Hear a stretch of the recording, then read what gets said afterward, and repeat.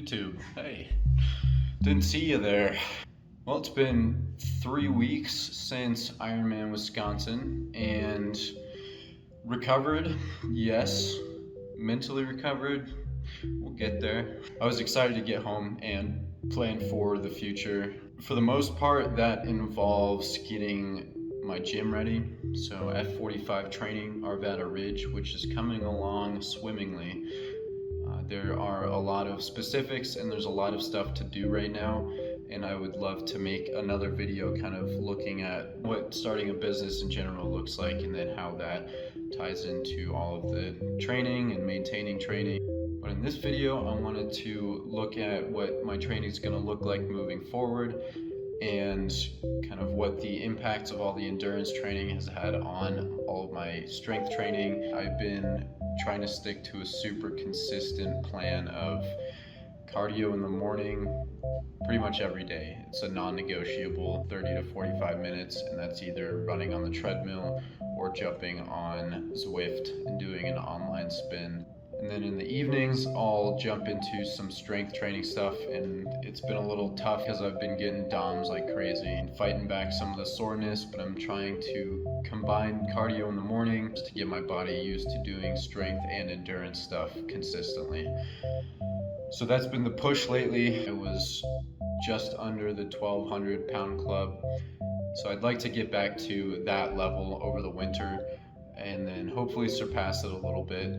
So just looking at overall numbers, I was actually surprised at how much strength I was able to retain. I think at a pretty high RPE, say 8 or 9, I would be able to push out 5x5 of 225 on the squat. On the bench, definitely a little bit weaker there. Right now, I'd say my capacity is doing 5x5 at around 190, 200. And then deadlift, I haven't been pushing deadlift at all, so I'm not entirely sure where I am, but I'm pretty easily able to do 5x10s of 225 Romanian deadlifts. So I'm going to be building those numbers up, giving you guys some progression updates, and hopefully maintain some of the extra endurance stuff.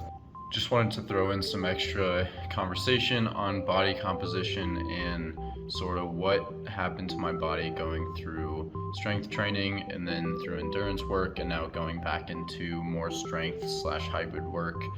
I'll throw up a few photos just to show the actual visual of that. I'd say the most notable thing is my weight really only fluctuated between, I'd say, 168 to 172. So I did not have a huge weight difference between powerlifting and when I was doing the Ironman, which was when I was about 168 pounds. I am not sure why that's the case. I think that's just a very normal weight for me, and I'm hopeful that if I took some of this stuff a little bit more seriously and if I actually focused on either gaining weight, because weight moves weight in the strength world, or losing weight for the endurance stuff, that I'd be able to push out better numbers. So I think that capacity is there. How much I want to try to push for that, I'm not sure. Maybe we'll see in the future, but for now, with some of the hybrid stuff, 170, around that mark seems to be a good weight for me. So as far as body composition, when I was doing strength training, I would use creatine, and I noticed that it made me feel and look a little bit puffier. So I didn't notice a huge weight difference, but I noticed that I would need to drink a ton of water and that my shoulders would be a little bit more rounded, my quads would be a little bit more rounded. The biggest change is when I was doing endurance stuff, I just kind of thinned all of that down, and body used all of the resources that it needed and got rid of most of the resources that it didn't. And I'm just happy that I was able to maintain as much strength as I was. Cool, so this was a short video, but I wanted to just do some recap, get some info out there in case some of you guys are interested in doing some of this hybrid stuff. So I'll see you guys in the next video. Thanks for stopping by.